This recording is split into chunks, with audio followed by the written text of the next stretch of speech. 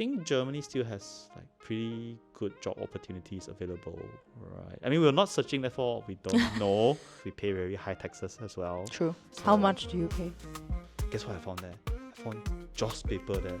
Yamsiji. I know, but Didn't realize how tough it is to live in a country where the language you don't speak. There's no excuses. Like, I could learn the language. Like, this is the move to Berlin.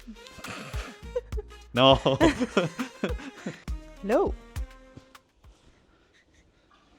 Hello, we're back. Heiße, Esther. My name is Esther.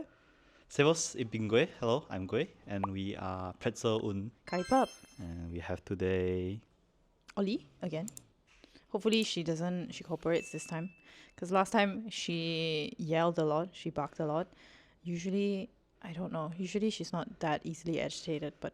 A lot of opinions about Malaysian pricing, Malaysian food pricing, and just Malaysian food in general, I guess. Do you have anything else to say today? Okay, she doesn't have anything else to say today. Not hopefully. yet. Not yet. Not yet. Okay, so today what are we going to talk about, Guoy? Origin story. Origin story. How I end up in... Sounds very anime-ish, origin story. Yeah, that's... Can you not out me as a weeb? I know I'm a weeb, but can you not out me? What is that? Wait. A weeb? Never mind, I didn't say it. Okay, you cut that out. I mean, you can keep that in, I don't mind. Okay. Yeah. Yeah, like how... Origin story. Yes, how... I would say Germany origin story, how I ended up here. I think not my like life origin story. I don't want to bore you all with like how many years of my life is there. Yeah. Yeah, so let's see how it happened. Yeah, how did you... Well, did you even choose Munich to begin with? No, my initial... So, like I always wanted to kind of like spend time working overseas. I think that was like always a thing I want to do. But I never had like a concrete location in mind. Okay. And then more and more, like when was this? Maybe 5-6 years back. Yeah. That time more and more of my colleagues. I have like a bunch of colleagues that were coming to Berlin actually to work. So I'm like, oh, maybe like Germany could be a nice place to come since like there are more people coming here. Means more opportunities also. Yes, probably. But again, I wasn't actively searching. More like I wasn't actively searching Germany in particular. It was more like any places. Also, I look at a few other maybe like US and stuff like that, and then I'm like, yeah, that's not really like job opportunity. That's not really like jobs I want to do. So I didn't really take any action, and then the pandemic happened. 2-3 years of that. I think the pandemic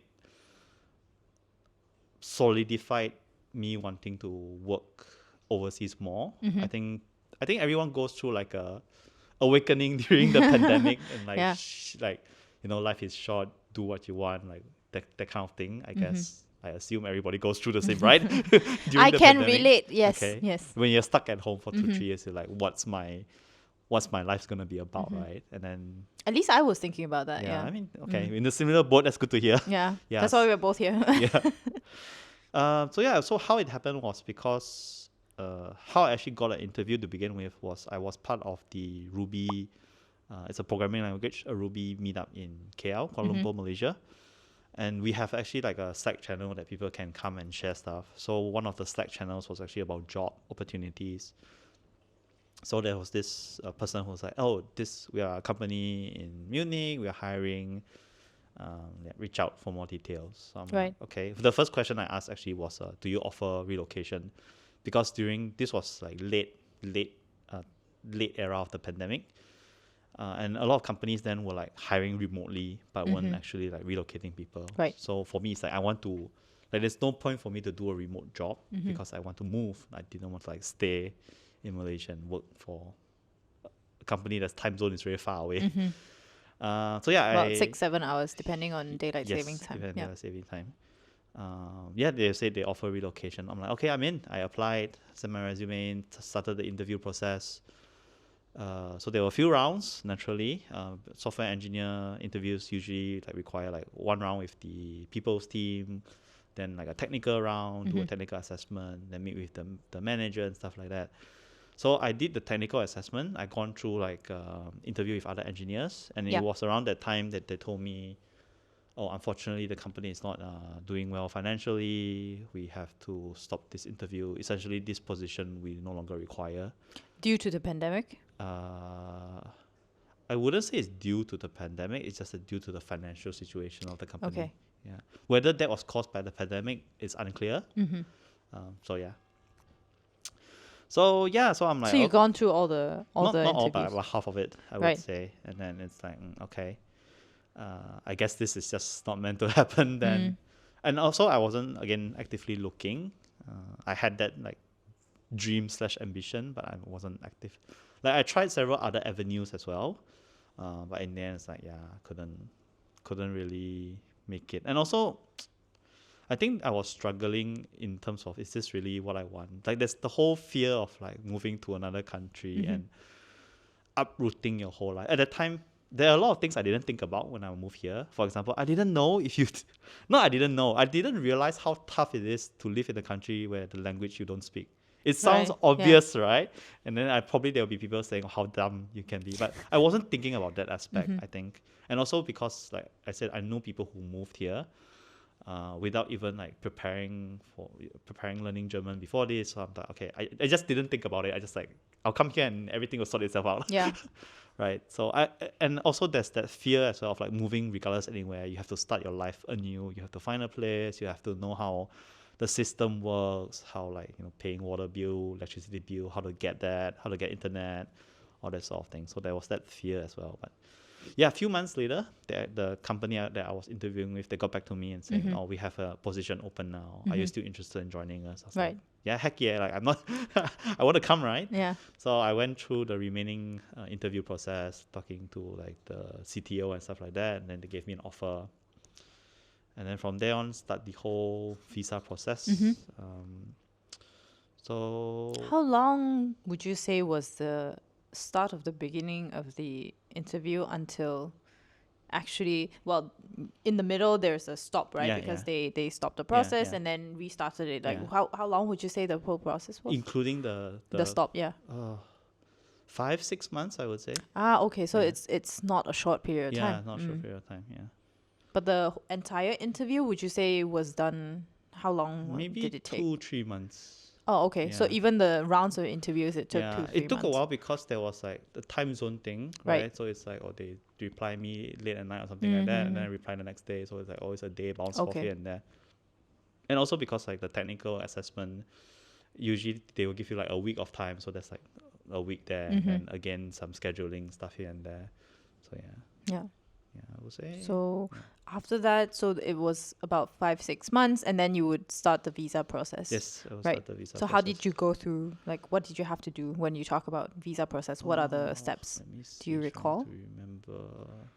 I mean, because one thing is like software engineering is counted as a science and tech field. So if you work in Germany under science and tech field, you are eligible to apply for a visa class called the blue card. So this is only for science and tech field related jobs, and there are like benefits to having a blue card. Like if you want to apply for permanent residence, it's shorter, and stuff like that. So that visa, I think, is valid for 4 years. 4 years, right?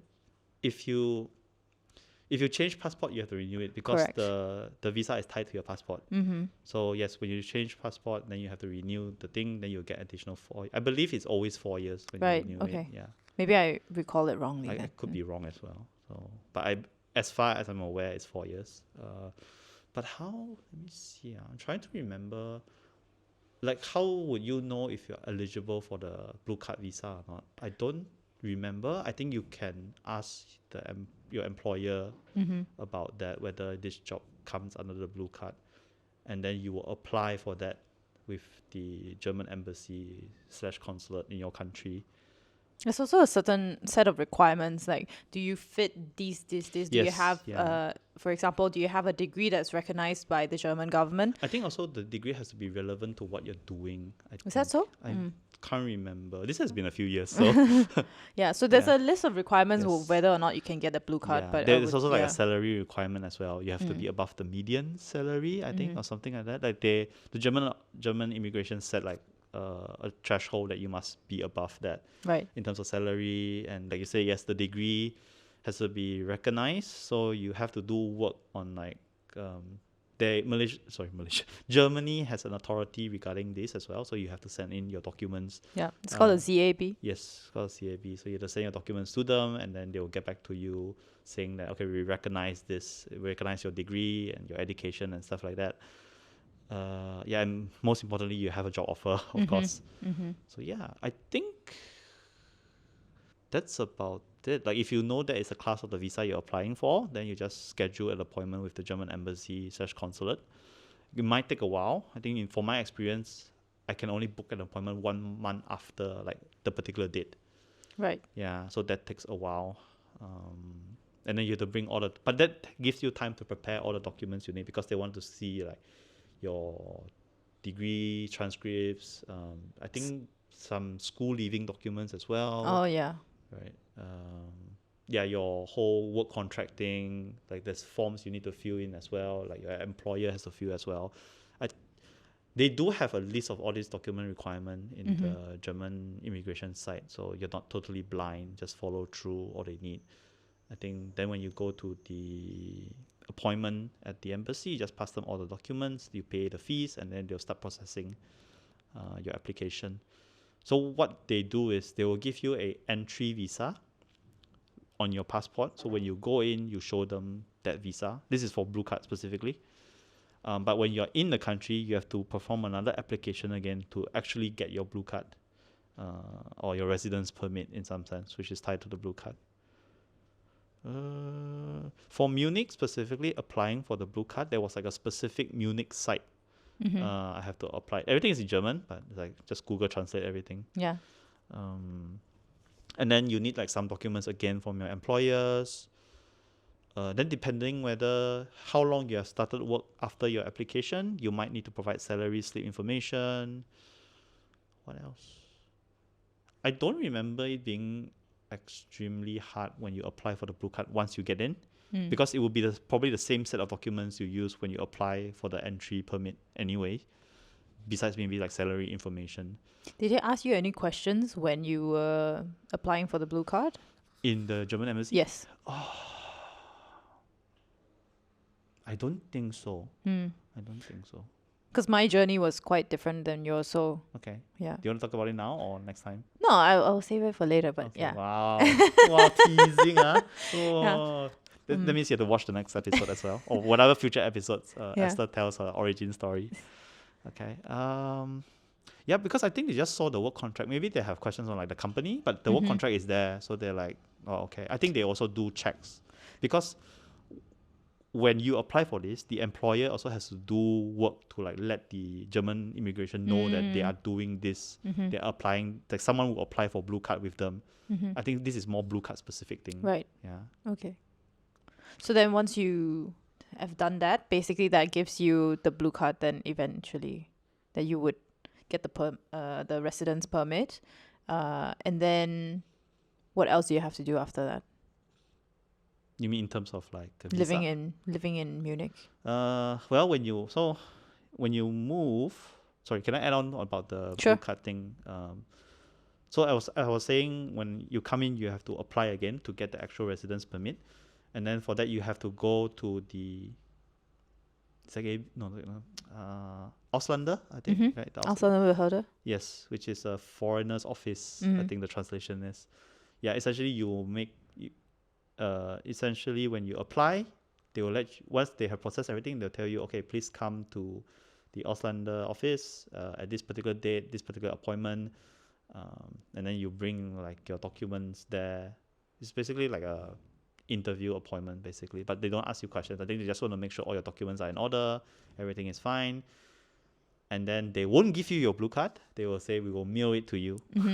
I think this is a very German thing. They will never give you the thing on the day. It will always be mailed to you at some point in the future. But in order for you to receive that mail, don't you have to already have done the Anmeldung? Yes. So the Anmeldung would be the registration of your residence, where you live and stuff. So when you are a long-term resident in Germany, I think tourists, you don't have to do this for sure. Of course. But when you're a long-term resident in Germany, you have to basically let the town council, I think, right? I think it's town council.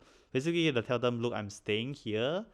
I'm registering under this address, and then they will update all the relevant systems with your address. But you have to essentially book an appointment, which can be long.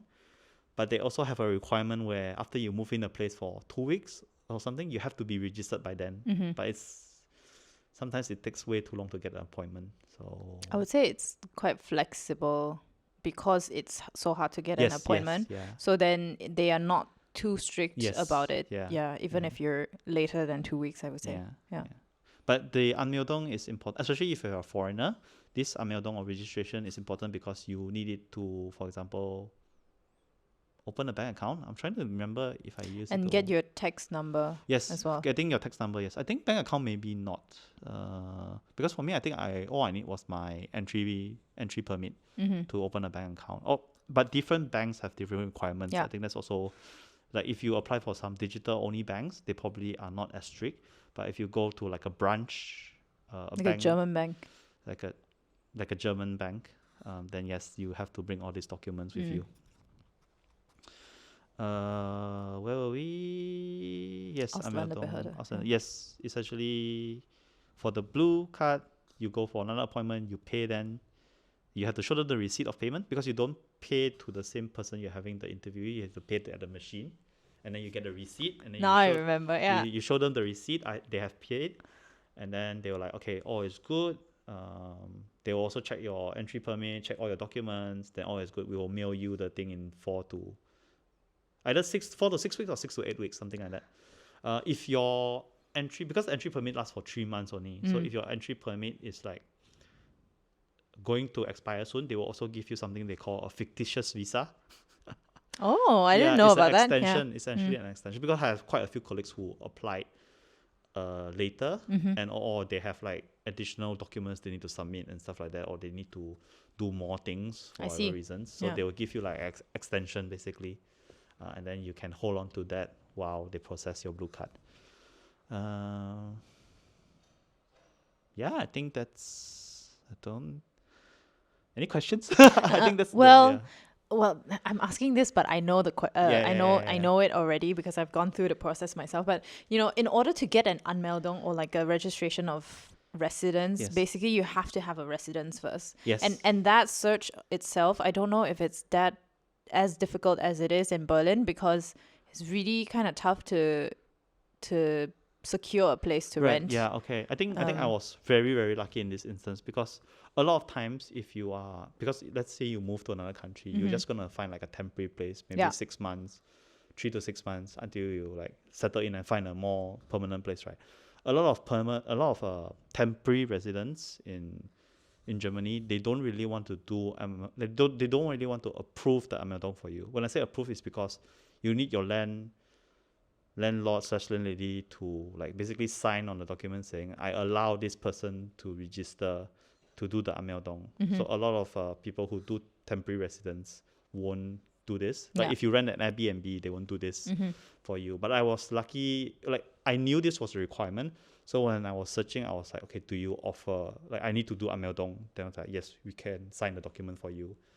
So that was my experience. I was lucky in some sense. I know some people, like you come to a temporary place, we can't, then you have to quickly search for a more permanent place. And then like searching for an apartment itself is very luck-based, I would say. For one, I think the supply here isn't a lot.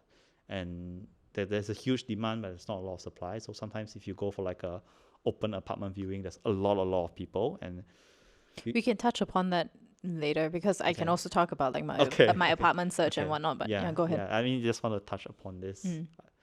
I don't feel like this is a stereotype. I think it's still like a thing, right? Like it's still very valid. Yeah. So I think that's one thing you have to think about when searching for places to come into Germany. But talking about that, I think Germany still has like pretty good job opportunities available, right? I mean, we're not searching, therefore we don't know. Well, I mean, for real, I'm not searching right now. But I think I would say, well, my friend currently is looking for a job. From Malaysia? And no, she's already here. Okay. And she has found it quite challenging. Okay. So I would say that it really depends. I feel right now with the AI boom, then Okay. perhaps if you are a data scientist Right, or something along the Right. data lines, then there would be a huge amount of opportunity open for Okay, you. okay, right. But it also depends on the role, I Yeah, would say. Yeah. Yeah, I think depends on a lot of I think a lot of companies are still like recovering or reacting to the whole COVID and health business. I think there's still a delayed effect on like a delayed effect that's coming now as well. And I think a lot of geopolitical situation as well. Correct. That's one thing. And with Yeah. the whole like So- the US Fed's interest rates, and there's a lot of factors in play on like yes, Germany has a very strong economy, but business is business, right? If you're not making money, then you can't sustain this kind of expenditure on hiring people. Therefore, there won't be as many jobs. But yeah, So that was your origin story? I guess so. Yeah, not that interesting, Yeah, unfortunately. it's interesting. Yeah. There's a lot of paperwork involved. I mean, I would say that's like normal for anyone who wants to come to Germany, though. Yeah. Yeah. So I would assume because, well, the interview thing probably took 6 months, and then the whole relocation thing probably took a few months, and it seems like the whole thing took about a year for you from start to end. Almost, yeah. I would say it was like start of interview, everything in until I reached here was about 9 months. Yeah. But one thing I wanted to add was the ZAB thing as Yeah. well. Because I mentioned that when I was looking for an appointment in the embassy, it was at least a month. But at the time, I wasn't sure how long. Because you need to prepare all the documents when you go for the interview. Yeah. One thing that was very uncertain for me was the ZAB, essentially getting the recognition from the German authorities for your degree and whatnot. I'm not sure how long that took. So if you are, I think if you are really interested in working in Germany, you can just send this thing anytime soon. You don't need like a reason. You don't need to let them know a reason that I need this, like I need my degree to be recognized or whatnot.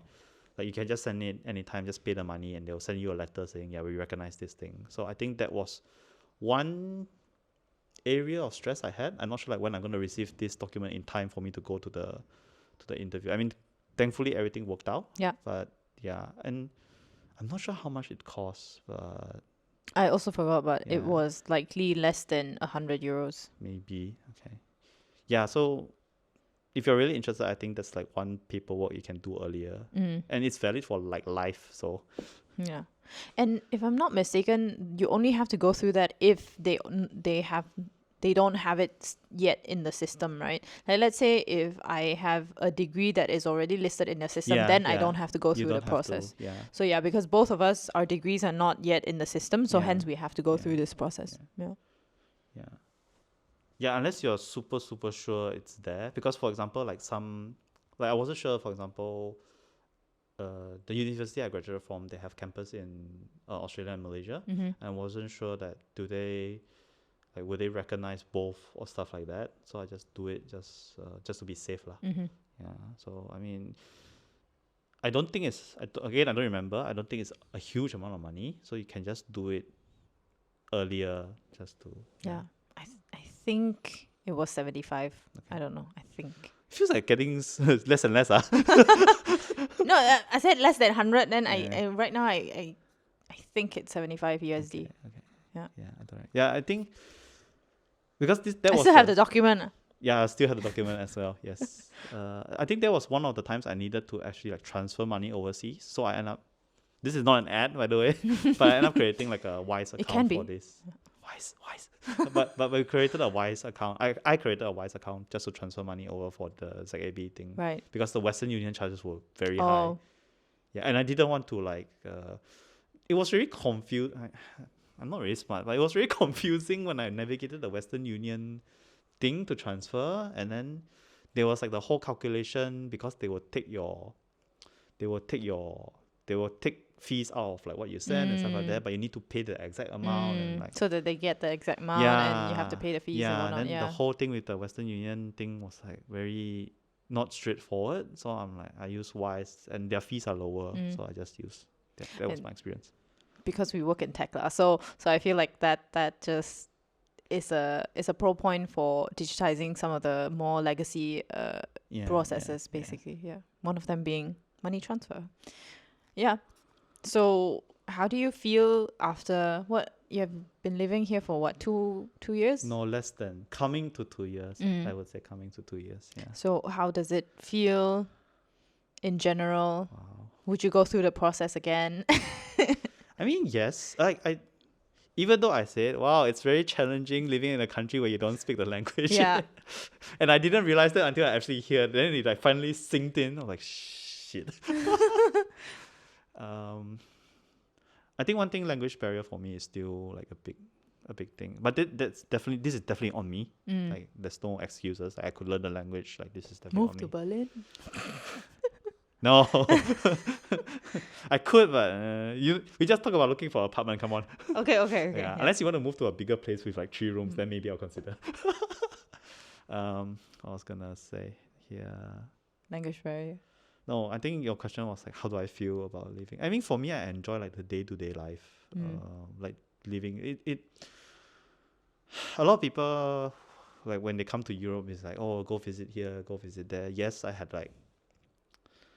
I mean, me being me, I'm like a homebody, so I'm not very enthusiastic when it comes to going out. But I also told myself, if I don't do some non-negotiables, I would just waste my time here. So like for one, like Paris was the number 1 place I wanted to go, which I've went already, and yeah, it was great. Like I get to see the Eiffel Tower in person, which is nice.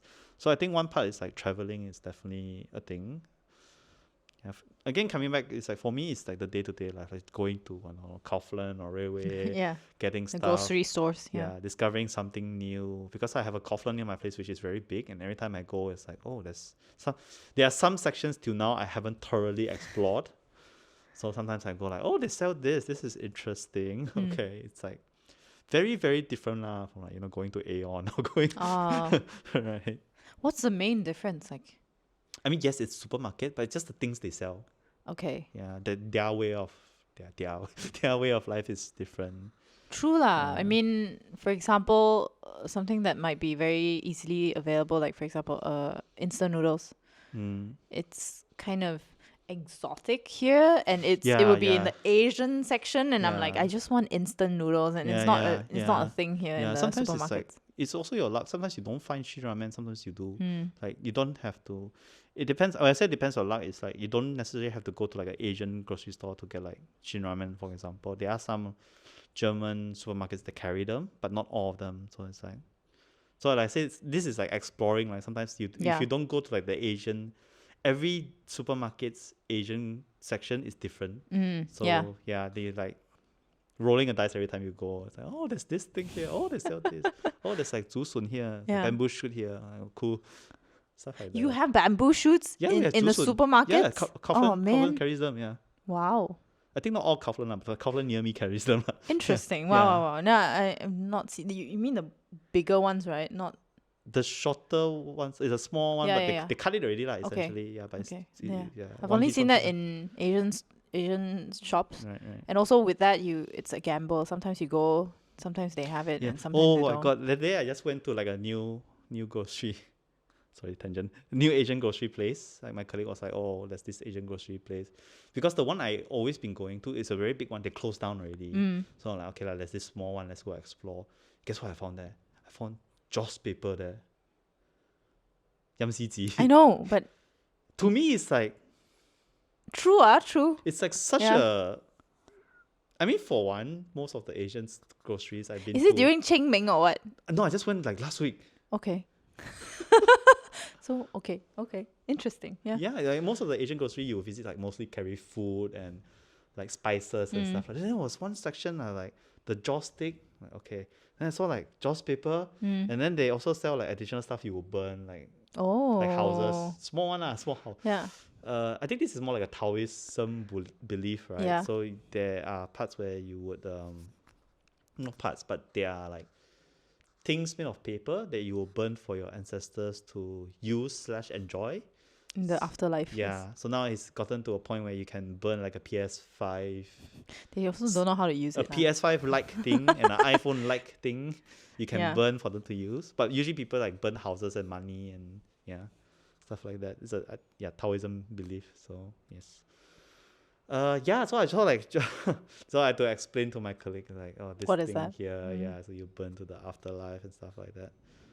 I think this is more about identity, national and racial identity. So a lot of times when people ask me about like how's life in Malaysia, I usually preface it that I'm a Malaysian Chinese.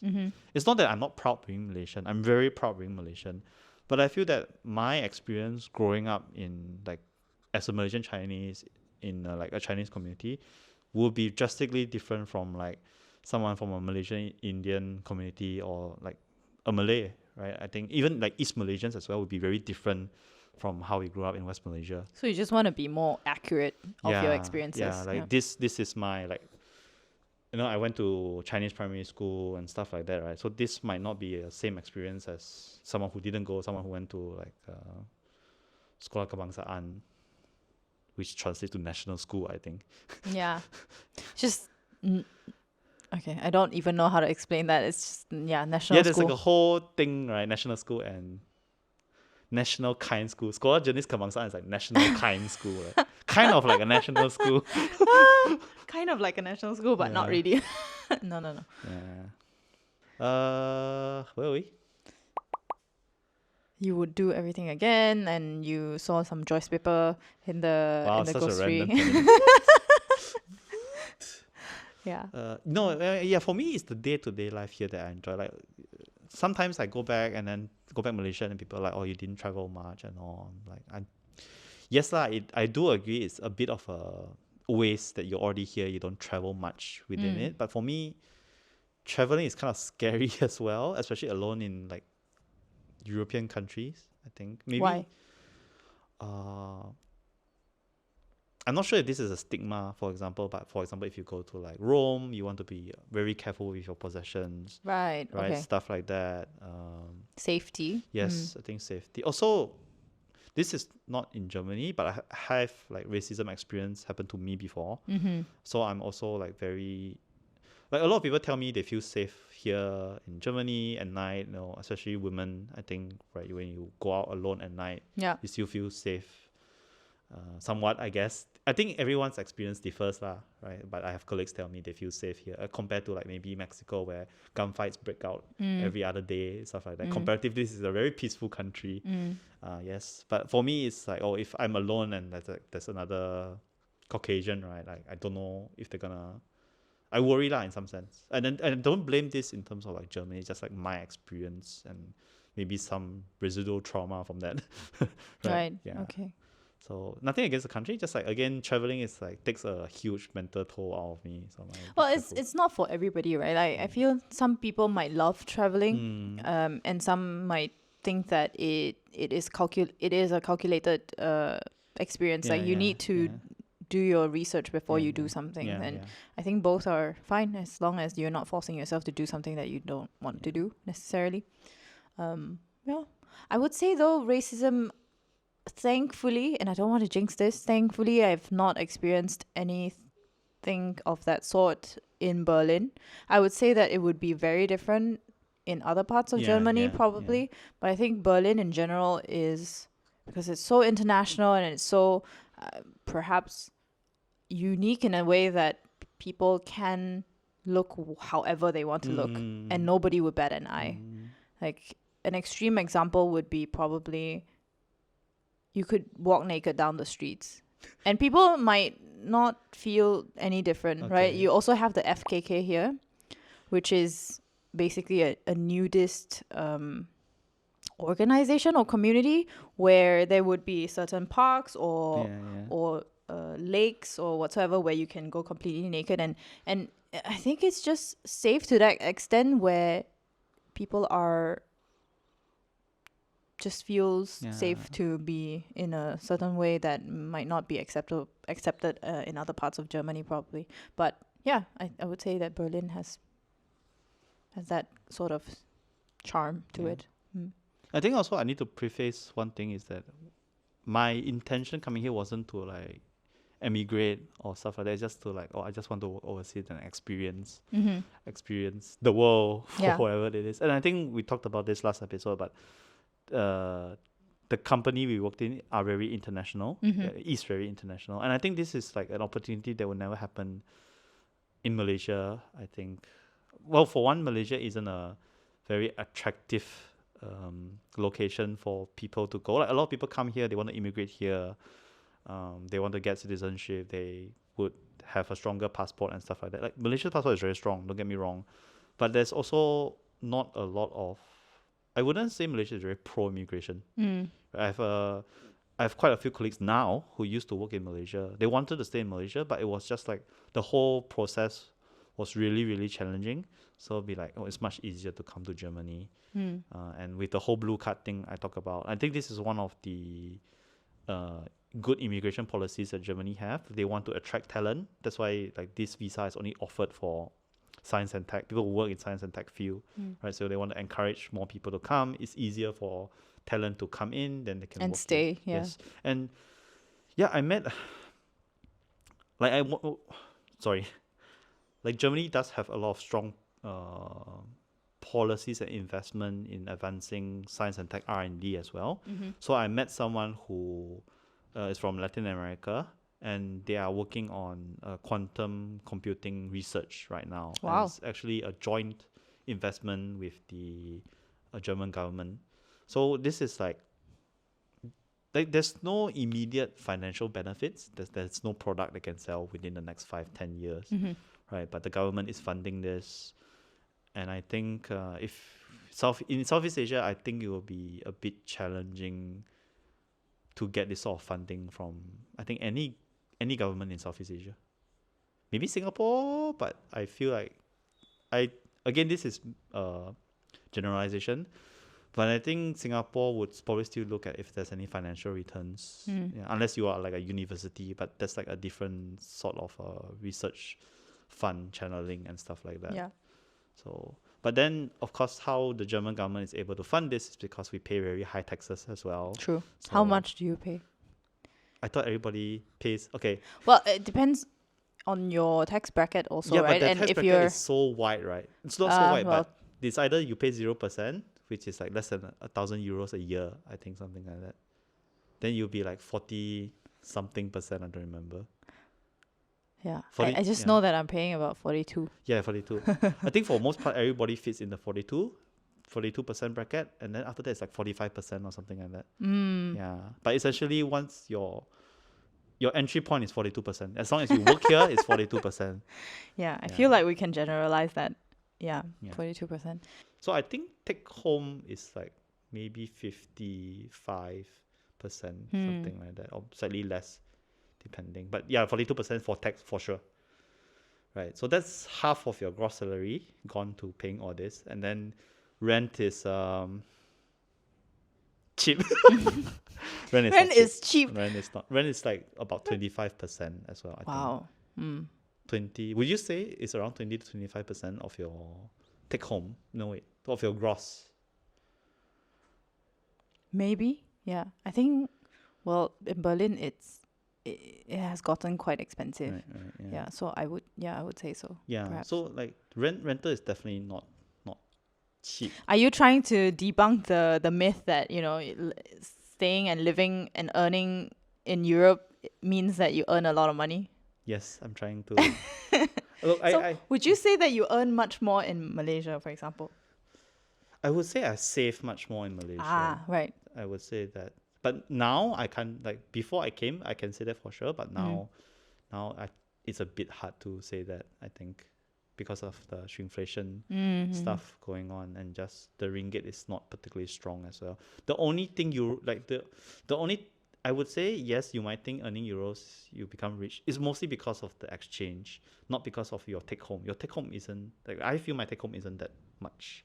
And like I say, I feel like in Malaysia, saving, you could save more. Like there are more options in terms of like getting an apartment, for example. Like you can, I feel like this is more a Munich thing. I'm not sure Berlin is the same. Like it doesn't matter where you stay, the pricing doesn't change much. It's more like it could be like not the location, but like the facilities or the building itself. then maybe might get cheaper if it's like older and stuff like that. But if it's like a newer place in like very far away, you're still paying same or maybe more in like a downtown, like Berlin downtown apartment. I see. Do you feel that way? I think several like different districts would definitely have a slight pricing difference, because for example, if a district is more popular and demand is higher, then I think it would drive the price up. Right. Yeah. And also there's a concept of a ring, right? Yeah. So within the ring, Yes. it would be more expensive than perhaps outside the ring. That's true. The ring, which is like the center. Yeah. So. Right. Yeah, because my experience at least, like you can stay maybe an hour away from like Munich city center and you probably pay the same amount of rent as like wow. someone comparing like roughly the same size lah. If you're like bigger, of course you pay more lah, regardless where you go. But I feel that way lah. That's how I see it. Yeah. Okay. So depending on what you want, you could be like, I want to be close to the mountains, then I stay a bit farther away. That's true. I'm gonna pay the same rent as I stay in city center anyway. But of course, I think it's more like whether you can get an apartment or not, just because it's so competitive. Like a lot of people want to stay downtown, right? But you just can't find a unit. So yeah, it's definitely challenging, and I've learned through my apartment search, because I just recently moved to a new place last October, and there are ways that you can get a viewing. For example, it's easier for you to get a viewing. I would say that the route that I took would be the longest route. There are definitely shortcuts, like if you know people or if you are within a certain network, then you would be able to get housing easier than the route that I took. Yeah. So now that I know that there are shortcuts, then next time if I want to move, then I will use the shortcuts. Will you share these shortcuts? I'll share with you privately. Sorry guys. Sorry everybody. No, just kidding. I think we will touch upon that even more when we talk about the housing situation. Yeah. But essentially, it's just about network, like many things in life. Yes. You know, knowing the right people. There are many ways. I think again, like you said, we can explore this in the future. Yeah. Oh yeah, you talked about the mountains in Munich. You know, if somebody wants to live outside of Munich city center, then they can be closer to the mountains. Yes. There's no such thing in Berlin lah. There's no mountains. There's hills also. Quite rare. But it's very flat in Berlin. So does the stereotype of German liking to hike doesn't apply to Berlin? Maybe they go a little bit outside. Okay. So it still applies. Still applies. Well, Germans like to walk a lot and hike. Okay. Yeah, that's the thing. Definitely walk. Yeah. So there's a saying in German, which I don't know how to say in German, but it goes, if it starts raining during a walk, then they will be like, "Oh, you're not made of sugar." So meaning you won't dissolve in the rain, right? So then they'll just keep walking in the rain. Yeah. So that's how much they like walking. And there's the hiking. saying as well, like, there's no bad weather, there's bad preparation or something like that. Right. I thought that's more a Scandinavian thing, because really? that's Okay. my Norwegian friend who told me that there's no bad weather, only bad clothing. Something like that. Yes, I heard that like a few Germans talk about it as well. Yeah, because hiking and then Munich's eccentric weather. Yeah. Interesting. How that translates across nations. I think because you are in this region, right? So I think a lot of, for example, sayings in Malaysia, like there are a lot of similar sayings in like Southeast Asia as well, right? Regardless whether you're like Singapore, Malaysia, Indonesia, or Thailand, stuff like that. Yeah. True. So have you gone out to go to the mountains or? Usually because there's like a team event or something. Yeah. Because a lot of, most of them are reachable by public transport. It's like long and far, and it's much more convenient if you take a car. So it's like for team events, like let's go, then someone will drive, and then convenient. You want to go and come back. Wait, you mentioned about somebody driving. So can you drive in Munich? No. So if you have like a Malaysian driving license, I don't think you can convert it because they drive on the wrong side of the road. No. Well, they drive on they are left-hand drive, I think. Yeah, but they drive on the right side of the road. Yeah, they drive on the right side of the road. So yeah, for us, you have to essentially go through the whole. Okay, so there's a few differences, right? If you come as a tourist, then you can apply for the usual international driving permit, and then you can use it here as a tourist. But if you're long-term residents, then that wouldn't apply. So you have to like get a proper license. German A license. German license, because you can't convert your Malaysian driving license, so it won't be, in one sense it won't be recognized, so you can't really use that to drive. Secondly, you can't use it to like reduce anything from the like going through learning driving here. Yeah, because I know some driving licenses where you can kind of like contribute stuff to your like learning German driving, or some allows you to convert directly, right? But yeah, essentially for Malaysia, no, you have to go through the whole process, and it's not cheap, and it takes a long time. But I thought you could reduce the learning hours. That's what I heard. You can't convert directly. Yeah, no, yeah. But you could. Well, okay. The process of getting a driving license, according to what I know, would be that you need to have a first aid course certification. Wow.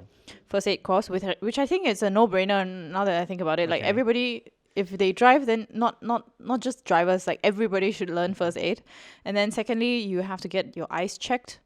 Right, I mean that's eye test, and then you have to go through theory, okay, yes. obviously, and then certain hours Yes. driving, learning Yeah, the extra driving, yeah. and then the practical test. Yeah. So those are the things that you have to go through. And if you have a Malaysian license and you have been driving in Malaysia, you don't have to have the minimum hours of learning. Right. That's what I Right. I I'm know. not sure.